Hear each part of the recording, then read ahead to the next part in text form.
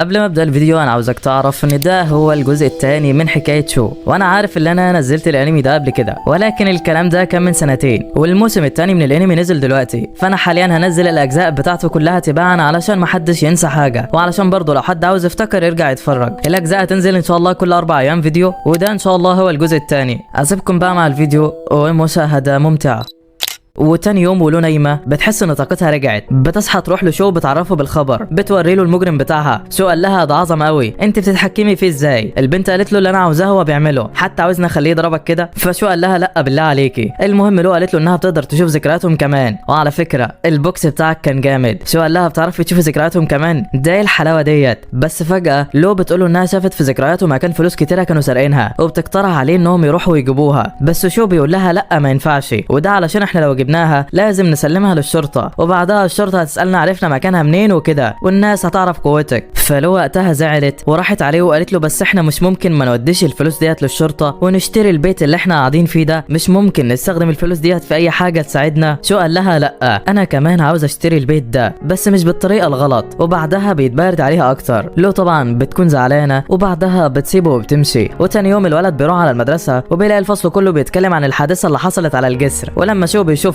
بيتبارد عليهم كلهم وبيكسب منهم نقط. بعدها شو بيروح يقعد مكانه وبيسال جي عن الارض المباركه، فبيقول له جي ان ديت عباره عن ارض فيها طاقه روحيه كتيره، ولو اتدربت فيها طاقتك هتزيد بسرعه وهتوصل للاستفاقه. شو قال له تمام بس الارض ديت غاليه جدا، مفيش طريقه تانية اتدرب بيها؟ جي قال له يبقى عن طريق الاحجار السحريه، وسمعت انهم هيعطولنا شويه بكره كده. فشو قال له خلاص يا عم تمام. بس تاني يوم بقى بيكون في مدير جديد جاي للمدرسه، واللي هو عضو من شبكه السماء، وجاي علشان يدرب فصل الديوان او فصل القوات الخارقه. المهم بيدخل المدير على المدرسه واللي اسمه لي شياو. اول لما المدير بيعدي قدام شو الواد بيحس منه بحاجه غريبه، وبيعرف ان ده مش راجل عادي، ده عضو في شبكه السماء. المدير هو كمان بياخد باله ان حد من الطلاب لاحظه، وبعدها الكل بيرحب بالمدير. بيخلص الاحتفال طبعا ولي شياو بيروح على فصل الديوان، بيحذرهم من الشخص الجديد اللي ظهر في المدينه، وبيقول لهم على مواصفاته كامله علشان لو ظهر قدامهم يبلغوه علشان يلحقهم. بعدها بيوزع المدرس احجار سحريه عليهم علشان التدريب وكده، كل واحد على حسب درجته، وعلشان شو درجته كانت ضعيفه بياخد حجرين بس. ولما بيطلعوا بره شو بينادي على جيا، بياخده في جنب كده بيساله اذا كانت الاحجار الروحيه ديت ينفع تتباع ولا لا، وقد ايه يعني هو سعرها. جيا قال له الاحجار ديت من شبكه السماء ومحظور عليها انها تتباع، ولكن ممكن اكلم لك واحد صاحبي في السوق السوداء ويبيعها لك يعني. وهو بالفعل الواد بيكلمه وبيتفقوا على السعر، وبتكون الاحجار ديت غاليه جدا، الواحده بتكلف 120,000 ين، يعني حرفيا كده لو شو اخد الفلوس هيقدر يشتري البيت بكل حاجه فيه. صبرت فنلت يا ابني والله. من ناحيه تانية بقى كان ليه شياو راح على العجوز علشان يتكلم معاه في حوار الشخص الجديد اللي ظهر، وده بسبب انه بيستخدم السيف، والشاكك لا يكون العجوز هو اللي معلمه ولا حاجه. بس العجوز قال له لا انا ما اعرفش عنه اي حاجه، وانه عيب يكون راجل محترم ويشك في الناس. فبيتحرج ليه شياو منه كده وبعدين بيمشي. بعدها بيرجع شو على بيته، بتقابله له وبتساله عن شبكه السماء والارض، بيعرفها شو كل اللي يعرفه عنهم. بعدها بيقول لها انا عندي ليكي خبر حلو. البنت فرحت جدا، قالت له ايه؟ شو بعدها طلع لها الفلوس اللي جمعها ووراها لها، عطلها تليفون كمان، والدنيا اخر روقان. قال لها بعدها انا كمان كلمت صاحب البيت وخلاص عيني للملكيه باسمي من بكره. البنت بعد ما سمعت الكلام ده فرحت جدا وحضنت شو وقعدت تعيط من الفرحه، لحظه جميله جدا جدا والله. بعدها شو بيروح يتدرب وبيزود في طاقته، لو هي كمان طاقتها بدات تزيد والدنيا رايقه على الاخر. بس وشو بيجيب ملكيه المنزل بتجيله رساله كده من المدرسه انهم هيسافروا لاحد الاماكن للتدريب. في الوقت ده شو بيعرف ان هو مش هيجي البيت لمده كام يوم، وبيخلص اليوم على كده. وتاني يوم بقى بيكونوا الطلاب راكبين عربيات ورايحين على مكان تدريبهم، وهم راكبين العربيات بيبدا جاي ان هو يشرح لهم على المكان اللي هم رايحينه والدنيا ديت. يعني بيقول لهم المكان ده عباره عن حاجه كده اسمها الحطام، ودي حاجه اتكونت بعد غزو الفضائيين، موجود فيها اوهام وموجود فيها كنوز وكل حاجه، ولكن اهم حاجه في الحطام ده هي عين التكوين. لو حد قدر ياخدها بيختفي الحطام ده. العيال بتسمع الكلام والكل بيكون مركز. بيكمل جاي كلامه بقى وبيقول لهم ان رئيس شبكه السماء قدر ان هو يفتح حطام من كذا يوم فاتوا، واخد عين التكوين اللي فيه، وكانت عباره عن سيف كده. العيال بعدها بتقوله تمام وبيتحمسوا جدا. بيوصلوا بقى على مكان التدريب، بيجمعهم المدرس بتاعهم وبيقول لهم دلوقتي انتم جيتم هنا، المهمه ديت مهمه سريه، وده طبعا علشان تزودوا خبراتكم مش اكتر، بس لو واحد سرب اي معلومه فهتتعرضوا لعقوبه عسكريه. العيال قالت له تمام، وبعدين دخلوا لجوه، كل واحد اخد اكله وقعدوا علشان ياكلوا. بس كان في واحد تخين كده ماشي ومش عاجبه المكان، فضل يسال على كرسي علشان مش عاوز ياكل هو على الارض، ولكن مفيش كراسي قدامه. بس في الاخر كده عسكري بيشوفه بيروحوا بيديله الكرسي بتاعه علشان يبطل زن ويرحمهم، والعسكري هو راح وقعد على الارض بداله. شو بعد ما شاف الوضع ده ما عجبهوش الكلام، راح على الواد ده وقال له قوم يلا من على الكرسي. الواد عمل نفسه مش سامعه، فراح شو متعصب منه ورزعه بالقلم. جاحد يا ابني والله. بعدها المدرس جه واخد الواد ودخله جوه، وشو كان قاعد بياكل ولا همه. واثناء الليل بقى الكل بدا يتدرب الا شو ما كانش عارف يتدرب معاهم، بس الف باله انا اتدرب ليه وانا اقدر ازود النقط اللي معايا، يلا بينا نتراخم على حد. راح على رئيس الفصل بعدها وفضل يتبارد عليه. رئيس الفصل كان بيتدرب ومش عاوز يرد عليه، بس شو وراه ومش سايبه. رخم مفيش كلام يعني. المهم بيجمع له منه شويه نقط محترمه كده وبيشتري بهم تفاح. بعدها بيحاول يرن على لو علشان يطمنها، ولكن ما بيكونش في شبكه في المكان. الواد بيقلق جدا وبيحس ان في حاجه، بس بعدها بيروح علشان ياكل تاني. الطباخ بقى المره دي بيديله اكل زياده، وحتى كمان واحد من العساكر بيديله الكرسي بتاعه علشان يقعد عليه، وده طبعا بسبب التصرف الرجولي اللي شو عمله امبارح. بس طبعا شو ما بيرضاش ياخد الكرسي وبيقعد على الارض تاني. وبعدها بياكل هو وجيا. بعد الاكل بقى بيروح شو يتبرد على رئيس الفصل تاني وبيكرهه في حياته. الواد من كتر ما زهق طلع يجري علشان يتدرب بعيد عن المخيم، بس انت متخيل انه شو هيسيبه؟ لا والله، شو بيجري وراه وبيلحقه برضه. بيفضل يتبرد عليه كمان وكمان لحد لما بيجمع كل النقط اللي هو عاوزها. بعدها شو بيروح يتدرب في مكان لوحده، بيفتح خريطته النجميه وهناك بيقدر يزود طاقته وبيحس انه بقى جامد اخر حاجه. بس هو رايح علشان ياكل في الغدا، رئيس الطلبه بيروح له علشان خلاص جاب اخره منه. بيقول له انت قاعد تتنطط من ساعه ما شفتك علشان كسبتني مره في الريست، انا بقى طاقتي زادت ولو لعبتك دلوقتي هكسر دماغك. شو قال له طب حلو قوي يلا بينا. المدرس بعدها بيسمعهم وبيروح علشان يبقى الحكم ما بينهم. الاتنين مسكوا ايد بعض وجهزوا علشان يلعبوا. العيال كلها بتشجع رئيس الفصل ومستنيه شو يخسر ويرتاحوا منه، وده طبعا اللي شو كان عاوزه. اول لما المدرس بيشيل ايده وبيقول لهم يلا ابداوا، شو بيكسب رئيس الفصل في اقل من ثانيه. العيال كلها بتتصدم وشو بيلم منهم نقط بالهبل. المدرس هو كمان بقى بعد ما شاف قوه شو الواد عجبه وقال له تعالى لعبني يلا. فشو قال له تمام ولعبه. وكان المدرس اقوى بكتير من رئيس الفصل، بس برضه خسر بسهوله. وبعدها المدرس فرح جدا من شو وقال له انت مستقبلك باهر، شد حيلك على كده ومحدش هيقف قدامك. فشو بعدها بتجيله فكره وبيقول له لا يا معلم، ده كله بفضل رئيس الطلبه، هو نجمه حظي، كل لما بمسك ايده طاقتي بتزيد. رئيس الفصل طبعا كان سامعه وعمال يديله نقط بالهبل. خنزره ليفل ماكس والله. بس بقى وهم قاعدين كده ليه شاو بيلاحظ ان في ضباب كتير داخل عليهم وان دي مش حاجه عاديه تحصل في المكان ده. بيرن جرس الانذار وبيامر الكل انهم يهربوا من هنا. شو بعدها بيسمع الانذار وبيحاول يهرب هو والناس اللي معاه، ولكن الضباب بيلحقهم في ثواني. الكل بيتبلع جواه. شو بينزل على مكان غريب كده اول مره يشوفه. بيقول في باله انا عمري ما شفت المكان ده قبل كده. لسه ما كملش الكلام وبيلاقي وحش عظمي بيهجم عليه. الواد بيفادي هجماته كلها، بيمسك الفاس وبيخلص عليه. بعدها بيطلع في حته عاليه كده علشان يشوف هو هيروح منين، ولكن فجاه بتظهر وحوش كتيره من تحته بتحاول انها تقتله. شو بيفضل يجري منهم ومحدش بيمسكه، بس فجاه شويه من الطلاب بيطلعوا يجروا قدامه بيقولوا له يهرب علشان في وحوش وراهم. بيبصوا شو على الوحوش كده وبيلاقيها بتقتل في واحد فيهم، فبيروح شو علشان يلحقه. بيخلص على الوحوش كلها في ثواني. العيال كانت واقفه ومصدومه من قوته، ولكن فجاه وحش بيحصر شو ما بيكونش عارف هيعمل ايه. العيال هي كمان فضلت واقفه تتفرج عليه، محدش فكر يروح ويساعده. شو بعدها بيستجمع قوته بيخلص عليه. بعدها بيروح عليهم وبيقول لهم المكان هنا مش امن، روحوا لحته تانية استخبوا فيها. البنت قالت له انت هتروح فين؟ خليك هنا واحمينا. بس شو ما ردش عليها وقال لها الوحوش بتموت عن طريق قطع راسها، خدوا الفاس ديت وحاربوهم بيها. وبعدها سابهم ومشى. واحده فيهم بعد ما مشى بتقول يا ريتنا كنا ساعدناه، على الاقل كان فضل معانا. وبيخلص اليوم على كده. وبعدها شورى على شويه هياكل عظميه كده وبدا يحارب فيهم علشان ياخد منهم سلاح معاه. هزمهم فعلا واخد سيف من واحد منهم. فضل يجري في الحطام علشان يدور على مكان يستخبى فيه قبل ما الليل يدخل. بس وهو بيجري بيشوف واحد ضارب فلير في الجو. فالواد بدون تفكير بيروح على مكان الفلير وبيضرب شعلته ينزلها على الارض. بعدها شو بيبص على مكان الشعله وبيلاقي واحد واقف ومعاه مسدس الفلير. لا ومش بس كده، ده كان عمال يطلع منه نقط علشان شو بوظ الشعله بتاعته. وقتها بقى شو بيستنتج ان ده ممكن يبقى الجاسوس اللي جه قال له عليه، وبيقرر يحذر منه. وبالفعل ده كان جاسوس جاي تبع منظمه تانية، وهو كان عارف ان هم يدخلوا الحطام معاه 6 اصحابه، واتفقوا انهم لو تاهوا عن بعض يضربوا فلير في السماء علشان يتجمعوا. بس طبعا شو كان موجود وبوظ خطه الواد ده، علشان كده هو كان متعصب وعمال يطلع منه نقط. بعدها الواد بيجيب ناعم وبيحاول يمثل على شو، بيقول له ان هو معاه من صف الديوان ودخل في الحطام بالغلط. شو بعد ما سمع كلامه قال مش مشكله نكمل في التمثيليه. قعد يقول له ما انا كمان في صف الديوان، تعالى نمشي مع بعض. الواد بقى في الوقت ده شاف السيف اللي معاه شو وقال له ده حلو قوي السيف ده، انت جبته من الحطام ولا ايه؟ شو قال له ايوه. الواد قال له طب ما تجيبه كده ثواني. الولد بيقرب من شو بحذر علشان ياخده. شو عامل نفسه بقى يديهوله، وفي اخر لحظه شو بياخده ناحيته، وده طبعا خنزره منه علشان يكسب نقط. المهم بعدها الواد بيقرر ان هو يمشي وبيقول له شو ان هم هيتفرقوا هنا. بس انت بقى متخيل ان هو هيسيبه؟ لا والله. شو بيقول له لا ما تسيبنيش، انا هاجي معاك علشان بخاف امشي لوحدي. الواد بيتصدم منه ولكن بيقول له تمام. فضلوا يجروا مع بعض فعلا، وشو عامل نفسه بطيء ومش عارف يحصله، وقال ازود في سرعتي علشان اخلص منه. بس بعدها بيتفاجئ بشو جنبه مواكب سرعته، والمسافه ما بينهم ثابته، وحوشيه كمان من تحت الارض بتظهر علشان تقتلهم، والواد بيحاول يهرب منهم على اخره. شو هو كمان عمل نفسه خايف من الوحوش ديت وفضل يجري معاه. الواد عاوز ياخد من شو السلاح وشو بيخنزر عليه مش اكتر. بعدها شو بقى بيزقه وبيطلع يجري بعيد عن الهياكل كلها. الواد كان هيموت بس طلع سكينه مخبيها وقدر ان هو يقتل بيها الوحوش. بعدها بيفضل يجري لحد لما بيوصل عند شو، وبيكون متعصب منه وعاوز يقتله علشان زقه، بس بيقرر ان هو يقتله وهو نايم بالليل علشان ما يقاومش ويتعبه. بعدها الاتنين بيروحوا على مكان عالي فعلا علشان يرتاحوا، وشو عمل نفسه نايم في الاول، وبعدين اول ما الواد قرب منه علشان يقتله صحى وقال انا دلوقتي بقيت تمام مش هحتاج انام. والواد يا عيني كان هيولع منه. المهم الصبح شو بينزل علشان يجيب اكل من معاه، وبيطلع واحد من التوفو فعلا وبيقعد ياكله. الواد اول لما شاف التوفو اتصدم منه، قال له انت عملته ازاي؟ اكيد مستحيل يكون كان معاك. شو قعد يتبرد عليه لحد لما الواد بيتعصب على الاخر، بيقرر ان هو يقتله. الواد كان قوي جدا وقدر ان هو يضرب شو، بس شو مش سهل برضه، بيفادوا كل هجماته وبيردها له. الواد بيتعصب اكتر وبيهجم على شو بكل غباء. تفتكر ان ده يفرق معاه؟ لا والله.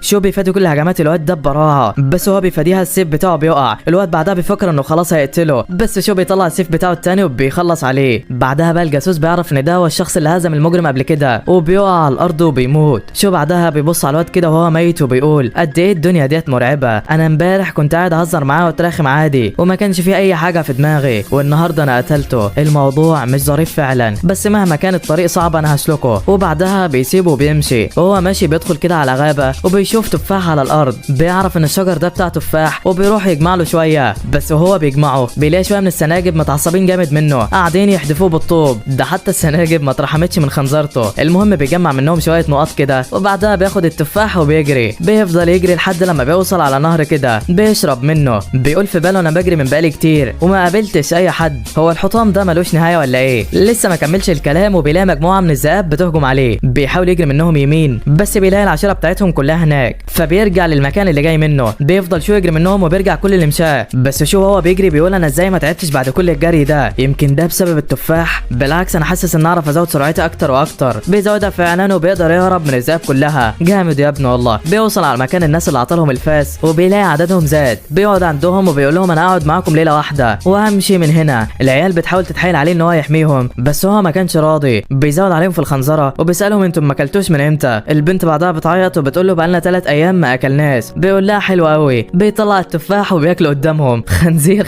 اقسم بالله. بيقول لهم لو عاوزين التفاح ده هتمشوا في الاتجاه ده لمده يومين، هتلاقوا هناك شجر كتير مليان تفاح، بس خلي بالكم من السناجب بتاعته علشان ما بتحبش حد يلمسه. العيال بتتعصب منه وبتديله نقط زياده، وده علشان هم عارفين انهم مش هيطلعوا من هنا. واحد بقى منهم بياخد الفاس ديت وبيروح عليه علشان ياخد منه التفاح بالعافيه، بس شو بيتبرد عليه وبياخد الفاس منه. بعدها بيقول لهم جه الوقت علشان امشي، وبياخد السيف والفاس علشان يحارب في الوحوش، بس كان ساب لهم تفاحتين كده قبل ما يمشي، والعيال وقتها ما اخدتش بالها. بعدها شو بيروح يمشي وبيدور على اي حاجه يعملها، بس فجاه بيسمع صوت عدو داخل عليه وبيقلق. شو بيرجع لورا كده والهيكل بيضربه برمحه، ولكن شو بيمسكه منه وما بيرضاش يسيبه. بقيه الهياكل بتتجمع علشان تهجم على شو، ولكن بيوقع اللي قدامه وبياخد منه رمحه وبيطلع يجري. حتى الهياكل العظميه ما سلمتش من خنزرته. المهم الهياكل بتفضل تدور عليه ولكن ما بتلاقيهوش، وبعد ما بتيأس منه الهياكل بتقرر انهم يمشوا ويسيبوا المكان. واول لما بيمشوا شو بيقرر ان هو ياخد بقيه اسلحتهم ويلحقهم ويخنزر عليهم. عظمه قوي. من جانب تاني بقى كان في شويه من الطلاب المدرسين مترصدين لفرسان الهياكل دول علشان عاوزين يقتلوهم، ولكن مش عارفين يعملوا معاهم اي حاجه، فعلشان كده بيقرروا انهم هيقتلوا قائد الفرسان دول على امل انهم يتشتتوا ويقدروا بعدها يخلصوا على الكل. وبالفعل بيدوروا على اي واحد فيهم شكله غريب علشان يقتلوه، وبيختاروا اللي من غير رمح اللي ماشي بسيفه ده، وبيفكروا القائد يعني. هم مش عارفين انه شو هو اللي سرق سلاحه، بس ما علينا يعني. غلبان قوي الفارس ده والله. المهم القناص بيتمركز وبوم بيضرب الطلقه بتفرتك دماغه. الكل بيحتفل وفرحان ومفكرين انهم كده هزموا الفرسان، ولكن قائد الفرسان بيكون عايش لسه وبيخلي اتباعه يضربوهم بالسهام، فما بيعرفوش يعملوا حاجه غير انهم يطلعوا يجروا. بيروحوا بقى في حته تانية كده وبيقولوا هو احنا عملنا ايه؟ احنا مش قتلنا القائد بتاعهم ازاي؟ هم فضلوا مركزين برضه وضربوا علينا. وواحد من المدرسين بيقول مفيش غير سبب واحد، وهو ان اللي احنا قتلناه كان اتسرق منه سلاحه. بس يا ترى مين اللي هيسرق سلاحه ومين اللي عنده الجرأه دي؟ لسه ما كملوش الكلام وبيلاقوا شو متربص للهياكل دي. بينط على واحد فيهم يضربه وبياخد منه الرمح بتاعه وبعدين بيمشي. المدرس بيقول بعدها اهو احنا كده عرفنا مين اللي بيسرق الرماح. بس هو كان في طالب في صف الديوان بالقوه دي، وواحد من الطلاب بيتعرف على شو بيقول بيقول له ايوه ده طالب عندنا اسمه شو، نظام طاقته استفاق بعد ما هزم رئيس الفصل في الريست وشكله قوته عاليه جدا. المدرس قال علشان كده بقى احنا لازم نضم الولد ده في صفنا. من جانب تاني بقى شو كان قاعد على شجره كده ومش همه ولا جنود ولا هياكل ولا اي حاجه، كان قاعد يتخيل في حياته قبل كده وقد ايه اخته له وحشاه وعاوز يرجع لها. فبيقرر بعد التفكير ده ان هو يكمل الطريق بسرعه علشان يستفاد من الحطام اقصى استفاده وبعدين يرجع. ولكن وهو ماشي في الطريق بيكون الهياكل عملوا كمين عليه علشان يقتلوه، حصروه من كل حته وقرروا انهم يخلصوا عليه. بس شو بيفاجئهم وبيفعل طاقته الروحيه في الرمح بتاعه، بيستخدمه ببراعه جدا، بيهجم على الفرسان واحد ورا التاني وبيخلص عليهم. ده ايه الجمدان ده يا ابني؟ انت جايب القوه ديت كلها منين؟ طبعا الواد بعد ما بيخلص على كل الفرسان لوحده بيجري على اسلحتهم وبيلمها وبعدين بيمشي من المكان. من ناحيه تانيه بقى كانت له متعصبه جدا علشان شو لسه ما رجعش على البيت بقاله 3 ايام، وكانت ناويه له على نيه سواد لما يرجع. بس الواد بيكون سايب لها رساله كده، ولما بتقراها بتفرح وبتقرر انها هتستناه. نرجع بقى للمدرس ده والناس اللي معاه وهم ماشيين في امان الله كده، فجاه بيلاقوا الهياكل العظميه كلها اتقتلت. لا ومش بس كده، ده بيعرفوا كمان ان اسلحتها كمان اتاخدت. وطبعا الكل بيعرف ان ده اسلوب شو. بس المدرس بقى كان بدا ينبهر من شو قوته الجباره، وبيقرر ان هو هيعمل خطه علشان يساعد شو في هزيمه اخر شويه من الهياكل. بس انت بقى متخيل ان شو مستني حد يساعده يا صديقي؟ لا والله، شوف الوقت ده كان راح في مكان كده وفعل خريطته النجميه، طلع منها فاكهه صفرة كده واكلها، والظاهر انها بتخليه عنده القوه ان هو يتحكم بالرماح دي اكتر. في نفس الاثناء دي كان الطلاب مع المدرسين بيتربصوا للفرقه الاخيره من الهياكل علشان يقتلوهم. بس فجاه بيلاقوا رمح نازل من السماء على واحد من الفرسان ومخلص عليه. رماح تانية من كل حته بتنزل عليهم وبتبدا تكسر فيهم واحد ورا التاني. بعدها بيظهر شو علشان يقتل الباقي منهم بايده. المدرس بعد ما بيشوفه بيقرر ان هو ينزل هو وباقي الطلاب علشان يساعدوه. بس انت متخيل ان هو هيحتاج مساعدتهم يا صديقي؟ لا والله، شو بيخلص على كل الفرسان في ثواني من قبل ما واحد منهم يوصل له اصلا. جامد يا ابني والله. الكل بعدها نزل بقى وكان في ذهول من قوه شو الجباره، والمدرس كان رايح عليه بقى علشان يذكره. لسه هيتكلم بيلاقي شو بيقول له كل الاسلحه اللي ورا دي بتاعتي، مش هخليك تاخد منها اي حاجه. خنزير ليفل ماكس والله. الراجل قال له تمام ما تقلقش يا عم مش هاخد منها حاجه، بس الاسلحه ديت مش كتير عليك ومش هتقدر تشيلها. شو قال له تصدق كلامك صح، ده في ناس كتيره ورا. شو راح جنب الاسلحه وعمل نفسه بياع، قعد في جنب كده وقال لهم اي رمح واي سيف ب1000 ين، قرب وخد احسن الرماح من الهياكل العظميه. الواد ده مفيش اي حاجه ما بيعرفش يسلكها باين. العيال اتلمت حوالين شو بداوا انهم يبدلوا ادواتهم الغاليه بالاسلحه علشان يقدروا يحاربوا الوحوش دي، والواد كان في قمه السعاده. وقتها بقى 2 من زمايل شو كان معاهم شويه فلوس كده وراحوا علشان يشتروا سيف. تخيل ان شو مش هيخنزر عليهم. لا والله، شو قال لهم فلوسكم القليله دي مش هتجيب غير الفاس، وما تقلقوش يعني هي جامده وبتقطع كويس. الواد ده فرح جدا وبعدين مشى. فشو قال وهو ماشي اخيرا خلصت من الفاس المعفنه. فالواد بعدها اتضايق وطلع منه نقط. بعدها بقى بيجمعهم المدرس وبيكملوا مشي في الحطام. بيفضلوا ماشيين لحد لما رجليهم بتوجعهم من كتر المشي. المدرس بقى بيبص على شو كده بيلاقيه مكمل ولا في دماغه، بيروح عنده كده وبيفضل يتكلم معاه شويه. شو بقى بيساله عن بقيه الطلاب واذا كان حد اتجرح ولا لا. المدرس بيقول له الطلاب كلهم تمام وما فيش اي طالب حصل له اي حاجه، بس معظم الضحايا كانوا طلاب عسكريين ماتوا وهم بيحموا الطلاب. بعدها شو بيتاثر من كلامه وبيحس ان المدرس ده طيب. وبعدين بقى بيقفوا في مكان كده وبيولعوا نار علشان يتدفوا. شو بيبص على المدرسين كده بيلاقيهم تعبانين ومش قادرين يتحركوا، فبيصعب عليه جدا وبيديلهم شويه تفاح علشان ياكلوه. واول لما المدرسين بياكلوه طاقتهم بترجع وبيكونوا في قمه السعاده. شويه من الطلاب لما بيشوفوا المدرسين وحالتهم اللي بقت احسن بيروحوا على شو بيقولوا له احنا كمان عاوزين تفاح. شو بص لهم كده وقال لهم انتم شويه عيال مالكمش لازمه واقفين ورا المدرسين علشان يحموكم مش اكتر، ما بتعملوش اي حاجه، ولما شفتوني بدلهم حاجه علشان يرتاحوا جيتهم علشان تاخدوها، امسوا مش هتاخدوا مني اي حاجه. فبيمسوا. بس في واحد غني منهم كده بيروح على شو بيديله ساعه ثمنها 30000 ين مقابل ان هو يديله 3 تفاحات. فطبعا الواد بيوافق في ثواني وبيديله كل اللي هو عاوزه. كلب فلوس يا صديقي مالهاش علاقه. بعدها بقى بيسمع الطلاب صوت وحوش كده بتهجم عليهم وبيعملوا دايره علشان يحموا بعض من الاشباح. بس شو كان وقتها حس ان السيف بتاعه عايز يطلع من جواه ويقتل الاشباح دي، بس بيمنعه علشان ما ينفعش الناس ديت كلها تشوفه. ولكن الاشباح بعد ما بتعرف ان سيف شو موجود بتخاف منه وبتهرب من المكان كله. عظمه على العظمه قوي. شو بقى بعد ما شاف رد فعل الاشباح قرر ان هو يبقى يجري وراهم ويخنزر عليهم طبعا. بعدها بقى العيال بتوصل على مركز الحطام اخيرا، وبيكون في كميه كبيره جدا من الناس قدرت توصل على هنا. وكان في شويه من الطلاب بيتكلموا عن ساي وقد ايه هي قويه وقدرت تخلص على كل الفرسان لوحدها. واحد فيهم بيقول ان طاقتها حصل لها استفاقه هي كمان وبقت جامده جدا. شو لما بيسمعهم بتشد البنت ديت انتباهه، ولكن بيقول طالما في ناس كتيره هنا وانا لسه معايا اسلحه كتيره ما يلا نبيعها بقى. الناس بتلم حواليه تاني وبيبيع لهم فعلا. ولكن فجاه بيجي له واحد من زمايله بيقول له تعالى علشان رئيس الوحده عاوزك. شو بيتصدم كده ولكن بيروح معاه فعلا. بيكون ساي هي كمان هناك. بيشكرهم رئيس الوحده على اللي عملوه هما الاثنين وبيطلب منهم المساعده بكره علشان ينزلوا جوه الحطام اكتر. بيطلع بعدها رئيس الوحده السيف بتاعه وبيحدفه جوه الفتحه دي علشان يقيس بيه الارتفاع بتاعها. بيكون سلاحه ده بيستنزف طاقه كبيره جدا على عكس السيف بتاع شو واللي ما بياخدش اي طاقه منه اصلا. ولما بيعرف ان الفتحه دي ارتفاعها 100 متر بيقرروا انهم ما يعملوش اي حاجه النهارده وينزلوا ويستكشفوا كل حاجه بكره علشان علشان هما مش عارفين ايه الاخطار اللي ممكن تقابلهم تحت. وطبعا الكل كان موافق على الكلام ده. بعدها شو بقى بيقعد في جنب كده وبيعد المشاعر السلبيه اللي جمعها، ولكن واثناء ما كان بيجمع المشاعر دي بيعرف ان في 9 جواسيس معاهم، علشان الناس ديت ما بيكونش موجود ليهم اسامي، دول بيكونوا مكتوبين كده بالارقام، وده معناه ان هم جواسيس. الواد بيحاول يبص على اي حد علشان يعرف مين الجواسيس دول، ولكن ما بياخدش باله. من ناحيه تانية بقى بيوصل المعلم ليه شياو على مركز الحطام، وبيكون شايل شجره من التفاح كامله وجايبها هنا، وشكله طاقته كبيره جدا يا صديقي. بيروح له شو بقى وبيلاقي سنجاب خارج من الشجره بتاعته ومتعصب جدا علشان هم اخدوا التفاح منها. السنجاب لما بيشوف شو بيتعصب عليه اكتر وبينط عليه علشان يضربه، بس شو بيمسكه وبيديله تفاحه، فبيرجع زي الكتكوت تاني. بعدها جيا بيجري على شو علشان يطمن عليه ويشوف ماله. شو بيقول له يا عم ما تقلقش انا تمام، الوضع تحت السيطره. فجاه بيفرح جدا وبيعرفه باللي حصل، بيقول له ان هو قتل 4 فرسان لوحده وطاقته زادت جدا من بعد ما دخل الحطام ده. شو طبعا بيفرح لصاحبه وبيديله رمح علشان يحارب بيه، بس المره دي ببلاش علشان جيا صاحبه. واحد بقى من الجواسيس بيروح على شو علشان ياخد منه رمح، وبيقول له اديني رمح دلوقتي ولما نطلع هديلك 50,000 ين. شو بيقول له مفيش ضامن على كلامك، مش هديلك اي حاجه. فالولد بيتضايق وبيطلع منه نقط سلبيه، ولما شو بيشوف اسمه بيعرف ان ده جاسوس من ضمن الاعداء. بعدها بيجمعهم المعلم ليه شياو وبيقول لهم احنا هننزل بكره على جوه الحطام، مفيش خطه ولا اي حاجه، كل الاعداء اللي هيواجهونا هنقتلهم وخلاص، وده بس كل الكلام. المدرسين بعد ما بتسمع الكلام بيستغربوا منه وبيحاولوا انهم يقنعوه ان هو يعمل خطه، بس ده دماغه مفيش فيها اي حاجه تقريبا، هو ما بيرضاش يوافق على كلامهم. بعدها بقى واثناء ما كان العيال نايمين الجواسيس بتستغل الفرصه، بينزلوا على الحطام ده قبلهم، وده علشان يسرقوا عين التكوين. بس شو بيكون عارف وبيمسك واحد منهم وما بيرضاش يخليه ينزل. الواد بيتعصب منه وبيبدا انهم يتقتلوا، والثمانيه الباقيين بقى اللي كانوا نزلوا كانوا عرفوا انه في واحد منهم ناقص، بس قالوا اهم حاجه المهمه وبداوا يكملوها. الجاسوس بقى كان لسه هيقتل شو وبيلاقيه بيزعق بقى على صوته، بيقول له انت عاوز تنزل قبل حد علشان تسرق عين التكوين يا جاسوس، انا مش هسيبك. العيال بعدها كلها صحت من صوت شو، وليشيا هو كمان اخد باله. الجاسوس بعدها هو كمان حس بهاله قويه داخله عليه، وبالفعل المعلم خلص عليه بضربه واحده، ريحت هنا منه والله. بعدها بقى المعلم ليه بيقول لهم انا ما رضيتش ان احنا نهاجم امبارح علشان انا عارف ان في جواسيس، وكنت مستنيهم يخاطروا بنفسهم مش اكتر. يا ابن اللعيبه ده شكله بيفهم ولا ايه. المهم بعدها بيأمر بجمع جميع الطلاب اللي هيقدروا يقتلوا علشان يخلصوا على الوحوش وياخدوا عين التكوين قبل الجواسيس. بياخدوا الطلاب اللي هتعرف تقتل فعلا واللي كان من ضمنهم شو والبنت ساي، وبيروحوا ليه على رئيس الوحده وبيقول له انا عاوزك تفضل هنا وتحمي بقيه طلاب الديوان. رئيس الوحده قال له تمام، بس يا ريت بعد كده لو مخطط لحاجه تعرفني. فليشياو قال له تمام، جمع الكل فعلا، وبعدها عطى لهم خطاب تحفيزي قبل بدايه الهجوم، وقال لهم اهم حاجه تستخدموا دماغكم لو حصلت مشكله علشان المكان تحت خطير ومش هتعرفوا تخرجوا غير بكده. الكل قال له تمام وكانوا متفقين على كلامه. بعدها بقى رئيس الوحده بيأمر واحده من شبكه السماء انها تعمل لهم سلم علشان ينزلوا عليه. بتعمل السلم فعلا وبيبدا الكل ينزل. شو بقى وهو كان نازل بيحس بحاجه غريبه في السيف بتاعه، ولكن بيكمل طريقه عادي. اول لما بيوصل تحت بيتصدموا من المشهد ده، كل الجواسيس قتلوا نفسهم وما عادش ولا واحد فيهم عايش. ليه بعد ما بيشوفهم بيقول لهم دي طقوس غريبه بيعملوها علشان يموتوا، ملناش دعوه بيهم، وبيكملوا طريقهم عادي. بيوصلوا على مكان مليان بلورات كده وتحس انه شكله غريب فعلا، وفجاه بيطلع منه اشباح كتيره وبتبدا تهجم على العيال. بس ليه بيفعل طاقته وبيضرب جزء كبير من الاشباح دي علشان يحميهم، ولكن عددها بتكون كبيره جدا وبتحاصر الباقي. بس بيكتشف المدرسين انها اجسادها ضعيفه وسهل انها تموت بسهوله، فبيبداوا انهم يحاربوها. الكل بدا يحارب بكفاءه الا شو، اي وحش بيشوفه بيوصل عنده بيخاف من الهاله بتاعت السيف بتاعته بيطلع يجري. شو طبعا بيتعصب علشان ما حدش بيهجم عليه وبيقرر انه يقتل في الاشباح برضه. بعد ما شو بقى بيقتل شويه من الاشباح بيلاقي السيف بتاعه بيمتص قوتها وطاقته بتزيد. ده شكل السيف بتاعه ده جامد اخر حاجه باين، ولكن فجاه بيلاقوا ايد شبح قتلت واحد من الجنود اثناء ما هم بيقتلوا. والمصيبه ان ده مش شبح عادي، لا ده هو نفس الشخص اللي كان مع الجواسيس، واتاري الطقوس اللي عملوها دي كانت علشان تحوله لشبح ويقدر يعدي ويسرق عين التكوين قبل ما اي حد يشوفه. ليه بعد ما شاف اللي حصل ده كان اتعصب جدا وعمل تعويذه دفاعيه علشان يتخلص منه. بعدها بقى ليشياو بيجمع بقيه المدرسين وبيتناقشوا في طريقه علشان يقدروا يقتلوه، بس ما فيش حد عارف مكان الوحش اصلا ومش عارفين هيوصلوا له ازاي. بس فجاه شو بيحس ان السيف بتاعه بيقول له اضرب كده برمحك على اليمين. ضرب فعلا، والصدمه انها جت في الجاسوس. مش قلت لكم السيف ده جامد؟ ليه اول لما شاف شو هو بيضربه اتصدم، راح وساله انت عرفت مكانه ازاي؟ شو قال له هتصدقني لو قلت لك بالحظ؟ ليه قال له لا. شو قال له طب اضرب هناك كده، ضرب هناك وفعلا جت في الجاسوس تاني. ده ايه الحظ ده يا عم؟ شو المره دي كان قايل على المكان بالحظ واتصدم لما جت فيه اصلا. بعدها بيخليه يضرب في كذا مكان كده وما بتجيش في الجاسوس، فبيعرف ليه ان هو جابها بالحظ فعلا. وبعدها بيبعد المعلم ليه عن شو، بيستعدوا بقى علشان يكملوا المهمه. بس فجاه بوابه بتتفتح وبيظهر جحافل من الاعداء على وشك انها تخلص عليهم. قائد الهياكل دي بيقول لهم انتم ازاي جالكم الجراءه انكم تدخلوا قلعتي؟ محدش فيكم يفكر ان هو هيطلع عايش من هنا. المعلم ليه قال لباقي الطلاب انتم شايفين الرمح اللي في ايده ده شكله هو عين التكوين. سبيل انا قائد الاعداء ههزمه واخد منه عين التكوين، انتم بس عليكم تحموا نفسكم وتخلصوا على الباقي. الكل قال له تمام، وبدا القتال ما بينهم فعلا. ليه كان قوي جدا، قدر انه يضرب قائد الاعداء ويقتل الحصان بتاعه. بس بعدها قائد الاعداء بيتعصب عليه جامد وبيقرر ان هو يقتله. بيبدا الاثنين في القتال المميت ما بينهم، وباقي شبكه السماء والطلاب بداوا يقاتلوا هم كمان في الوحوش الاضعف. شو بقى كان واحد من الوحوش على وشك ان هو يصيبه، ولكن ساي قدرت انها تحميه وقتلت كل الباقي لوحدها. الواد اتحمس هو كمان وراح علشان يقتل فيهم، ولكن الهياكل اول لما بتحس بطاقه السيف بتاعه بتسيبه وبتطلع تجري. فشوف الوقت ده بيقرر ان هو يسيب المعركه دي وينطلق داخل القلعه على امل ان هو يلاقي فيها حاجه قيمه قبل ما يرجعوا ولا حاجه. دخل جوه القلعه فعلا، ولكن حاسس بحاجه غريبه في جسمه وكأن السيف بتاعه بينبهه ان في حد بيراقبه. دخل على مكان كده والجاسوس كان مستخبي فيه علشان يقتله، بس السيف بياخد باله وبيخلص عليه في لمح البصر. من جانب تاني بقى كانت المعركه محتدمه ما بين ليه وقائد الاعداء، قتال جامد بكل المعاني. ليه بينجح ان هو يمسك الرمح بتاع القائد وما بيرضاش ان هو يسيبه، بيحاول القائد يرميه من شمال بس ده مش هيسيبه. في الوقت ده بقى كان شو وصل على مكان غريب جدا ومكتوب عليه ممنوع الدخول. الواد طبعا بيقرر ان هو يدخل علشان ما فيش حاجه بتمنعنا يابا. واول لما بيدخل بيلاقي حراس كتيره ما بتتحركش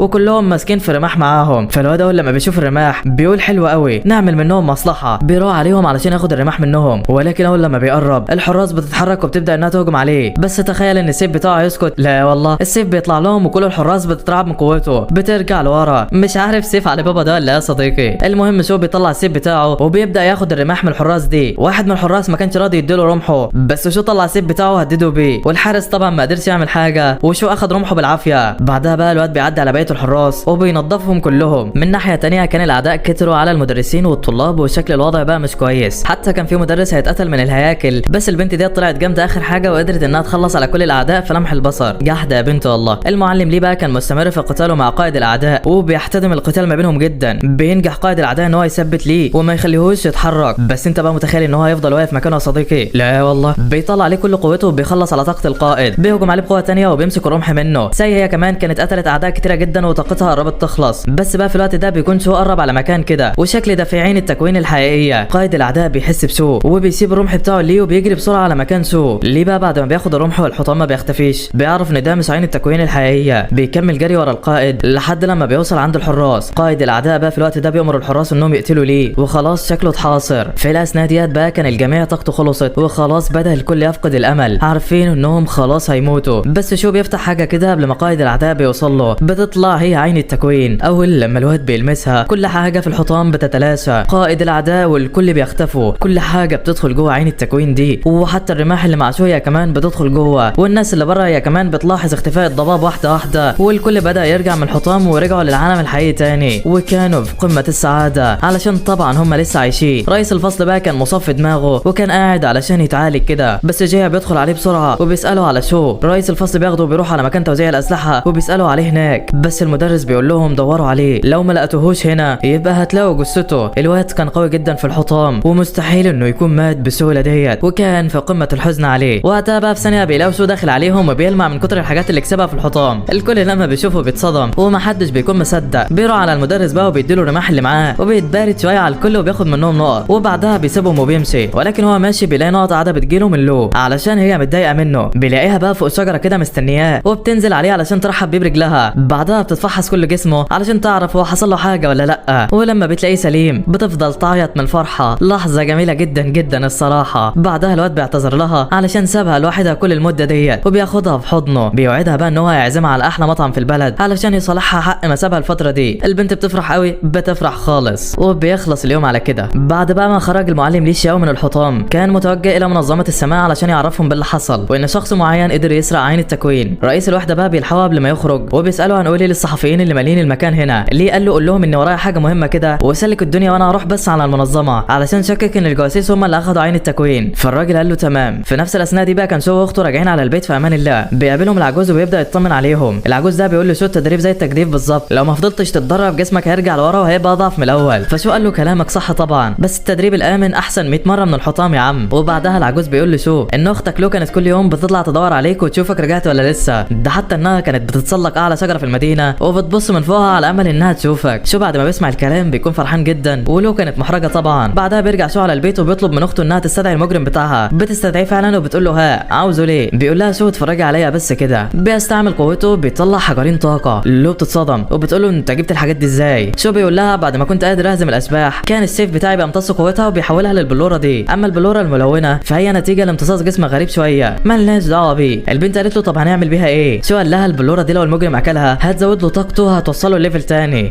واكلها له فعلا. طاقه الجسم الاسود بدات تزيد بدرجه كبيره، ولكن بعدها بتلاقيه قاعد بيضحك وما يبطلش ضحك، والاتنين طبعا بيتصدموا من النتيجه ديت. لو بعدها بتقول له ايه البلوره اللي انت عطيتها له دي؟ بلور الضحك؟ في الاول قتلت لي الخنزير بتاعي ودلوقتي جايب لي بلور الضحك؟ انت مفيش منك اي فايده. وبيطلع منها شويه نقط. شو قال لها خلاص جايب لك هديه تانيه. طلع لها 2 من التفاح بقى اللي كان في الحطام علشان تاكله، والبنت كانت فرحانه بيه جدا. بس اثناء ما كانت لو بتاكله السنجاب شافها وكان متعصب جدا، بس لو لما شافته عجبها قوي وقالت له انت من النهارده خلاص بقيت حيواني الاليف. سمته شياو وكانت قاعده بتلعب بيه. وفي الاول السنجاب كان زعلان ومش عارف يعمل اي حاجه، بس بعد ما لو بتاكله الشيبسي بيعجبه وبيرجع كيوت تاني، وبتقول له لو عاوز شيبسي كمان لازم تتبعني لاخر حياتك. فبيقول لها السنجاب تمام. وكان مشهد من اكتر المشاهد اللي ضحكتني الصراحه. المهم شو بيدخل اوضته وبيطلع عين التكوين، بيستخدم قدرته عليها وبيدخل وعيه فيها، ولكن فجاه بيلاقي نفسه طاير في الجو وكانه هاله سحريه. واتضح ان عين التكوين دي اسمها ختم النهر والجبال، وبتعطيك القدره على مراقبه الاماكن المحيطه من غير ما حد يشوفك. شو بعدها بيرجع لوعيه، ولكن بيلاقي حاجه غريبه تانية في الختم. بيدخل بوعيه جواها تاني، واول لما بيدخل بيلاقي فضاء واسع وفيه شويه من الاسلحه اللي هو كان مجمعها جوه الحطام. الواد بيفرح جدا بيها وبيقرر ان هو هيكون مستودع لاسلحته. بس فجاه شو بيلمح بوابه عملاقه بيروح عليها علشان يفتحها، ولكن ما بيكونش قادر. بيستخدم كل قوته، بالعافيه بيقدر يحركها ويفتح منها جزء صغير. بيبص على اللي جواها وبيلاقي الحطام اللي كان فيه جوه البوابه دي. فالواد بيفرح جدا وبيقرر ان هو لما يبقى اقوى هيفتح البوابه ديت ويتدرب فيها. بس بتكون له في الوقت ده خايف على شو جدا ومفكره ان هو حصل له حاجه. الواد لما بيحس بيها بيرجع لها وبيطمنها ان هو بخير. بيقول لها انا كنت بجرب بس القوه الجديده مش اكتر. ووقتها لو بتحضنه بتقول له انا كنت مفكراك هتسيبني وتمشي تاني. كانت زعلانه جدا. شو بعدها بيوعدها ان هو مش هيسيبها تاني وبيعزمها على العشاء. مشهد رايق الصراحه. بيقول لها بعدها بقى بالفلوس اللي انا جمعتها دي هاخدك في رحله كمان. لو بعد ما بتسمع الكلام بتفرح جدا وبقت في قمه السعاده. من جانب تاني بقى بيتجمع رئيس شبكه السماء مع المساعد بتاعه علشان يتناقشوا في امر عين التكوين. بيقول المساعد ان ليه شياو حاسس ان جاسوس هو اللي قدر ياخد عين التكوين ويستحوذ على قوتها، بس الرئيس بيقول ما اعتقدش ان جاسوس هو اللي اخد عين التكوين، ده واحد تاني. وانا بعت 2 في المدينه علشان يراقبوا تدفق الطاقه السحريه، والمكان اللي هيكون فيه تدفق مختلف هتكون عين التكوين هناك. وفعلا القائد ده شكله مش سهل ويستحق منصبه بجداره. المساعد بقى بتاعه بيقول له فصل الديوان ده بقى كان اداؤه سيء جدا في الحطام، ولكن في تقرير المدرس قال ان في 2 من الطلاب حصل لهم استفاقه وطاقتهم كانت كبيره جدا في الحطام. واحد منهم درجته قليله بس كان بيقاتل كويس ويقصد شو بالكلام، وفي بقى بنت تانية درجه قوتها عاليه وتركيزها دائم، وطبعا يقصد ساي بالكلام ده. القائد بعد ما بيسمع الكلام بتعجبه الفكره وبيقرر يضم ساي لشبكه السماء ويدربها تدريب خاص طبعا. وبس لحد هنا بيخلص الجزء الاول من الانمي بتاعنا. الجزء الثاني هو كمان نزل وهنزله لكم بعد شويه ان شاء الله، فما تنساش تصلي على النبي وتشترك في القناه. ويلا سلام سلام سلام.